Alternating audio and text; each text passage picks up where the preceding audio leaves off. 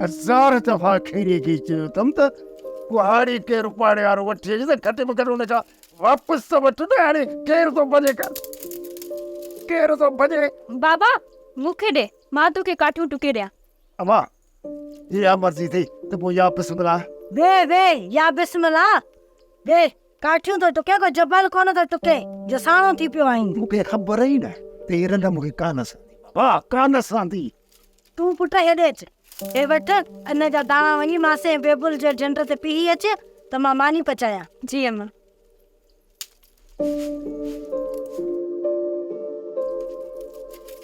खणो।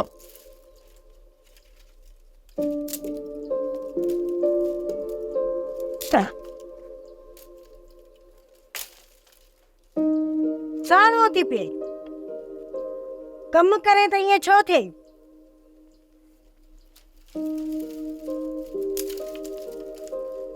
घर वारे पीरीअ में अज़ाब।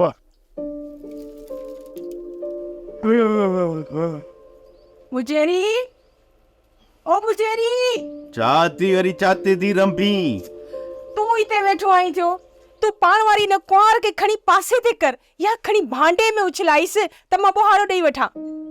केड़ी कुंवार के कढी, केड़ी के कढां? ॻाल्हि ॿुध, भली छॾीस त उस ते सड़े पई। जेतिरो मूंखे ज़लील कयो अथई न, भली एतिरो पाण बि ख्वार थिए। ऐं हेॾी ॻाल्हि ॿुध मुजेरी, हुनखे भला कहिड़ो सूर थींदो जो तू हुनखे सज़ा पियो ॾी? सूर थियसि या न थियसि, पर ॻाल्हि ॿुध, जेको अचे ॾिसंदुसि बुछड़ी त लॻी पई हूंदी न। इहा ई फटी आहे न। केॾो न सींगारे संवारे बीहारींदोमांसि। हाणे जॾहिं खां वठी मुंहिंजो अंदरि साड़ियो अथई न, ईअं विच आगुर ते ज़लील ऐं ख्वार पई थींदी। मूंखे सफ़ाई करणी हुई, तो तसली मूंखे ॾच में विझी छॾियो। जेकॾहिं इहा दोखो न ॾिए हा न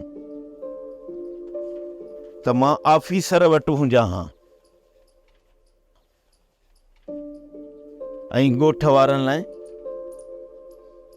कुझु न कुझु करे अचां। शायदि ईअं ई थियणो हो। लॻे थो असांखे अञा बुखूं काटणियूं आहिनि, तॾहिं त का सोलह ई नथी थिए। हाणे त बुखूं कटण जी कंहिं में बि का सहब ई न आहे रही। कुझु ॾींहंनि में जेकॾहिं किथां का मदद न मिली न ऐं कंहिंखां सामान वठण में नाकाम वियासीं न, पोइ त असां सभ जो सभु बुखुनि में मरी वेंदासीं। ऐं पोइ हिननि बुखुनि में असांजा लाश दफ़नाइण वारो बि केरु कोन हूंदो। मालिक साईं ख़ैर कंदो, ख़ुदा कंदो अहिड़ो वक़्तु ई न ईंदो। सोप सीरियल मोहब्बतुनि जो माग तमाम एपिसोड्स ॾिसो हाणे HD क्वालिटीअ में। विज़िट करियो असांजो YouTube channel Sindh TV HD drama. Subscribe कयो असांजो official YouTube channel Sindh TV HD drama ऐं वधीक अपडेट लाइ बेल आइकन खे क्लिक करियो।